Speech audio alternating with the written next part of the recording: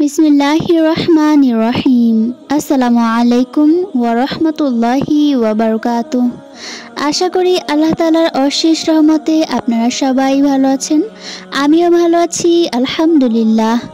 নবী করিম সাল্লাল্লাহু আলাইহি ওয়াসাল্লামের জীবনে অনেক গভীর অর্থবহ এবং শিক্ষণীয় ঘটনা রয়েছে।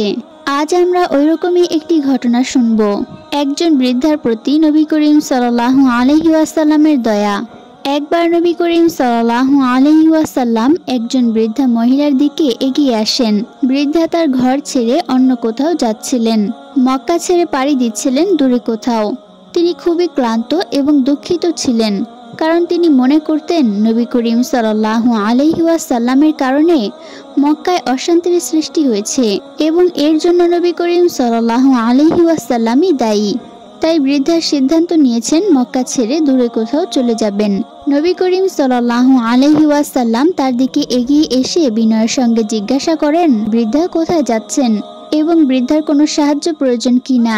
বৃদ্ধা তাকে চিনতে পারেননি এবং তার সাহায্য গ্রহণ করেন। নবী করিম সাল্লাল্লাহু আলাইহি ওয়াসাল্লাম তার মালপত্র বহন করতে শুরু করেন এবং দীর্ঘ পথ ধরে তাকে সাহায্য করেন। পথ চলতে চলতে বৃদ্ধা নবী করিম সাল্লাল্লাহু আলাইহি ওয়াসাল্লাম সম্পর্কে নানা অভিযোগ করতে থাকেন এবং তাকে দোষারোপ করেন। তিনি নবী করিম সাল্লাল্লাহু আলাইহি ওয়াসাল্লামের নামে নানা মিথ্যা কথা শুনেছিলেন এবং সেগুলোই নবী করিম সাল্লাল্লাহু আলাইহি ওয়াসাল্লামের বিরুদ্ধে বলতে থাকেন। কিন্তু নবী করিম সাল্লাল্লাহু আলাইহি ওয়াসাল্লাম তাকে কোনো কথা না বলে ধৈর্য সহকারে তার সমস্ত কথা শুনতে থাকেন এবং তাকে সাহায্য করে যান। যখন তারা গন্তব্যে পৌঁছে গেলেন, বৃদ্ধা বিনয় সহকারে নবী করিম সাল্লাল্লাহু আলাইহি ওয়াসাল্লামের কাছে তার পরিচয় জানতে চাইলেন। জিজ্ঞাসা করলেন, তোমার নাম কি?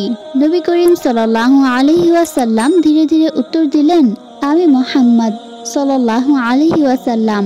বৃদ্ধা মুহাম্মদ সাল্লাল্লাহু আলাইহি ওয়াসাল্লামের নাম শুনেই যেন আকাশ থেকে পড়লেন, হতবাক হয়ে যান, যে কিনা এত রাস্তা পর্যন্ত তার সাহায্য করেছেন, উল্টো তার নিজের বদনাম শুনতে শুনতেই এবং নানান ভুল ধারণা পোষণ করেছিলেন।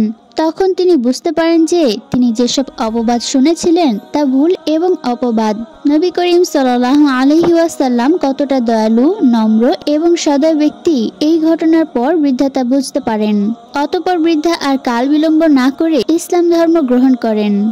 এটি আমাদের শেখায় যে অন্যদের অপবাদ বা মিথ্যা কথা শুনে তাদের সম্পর্কে মতামত তৈরি করা উচিত নয় এবং আল্লাহর রাসূল সাল্লাল্লাহু আলাইহি ওয়াসাল্লামের মতো আমাদেরও মানুষের প্রতি দয়া, ধৈর্য এবং বিনয় প্রকাশ করা উচিত।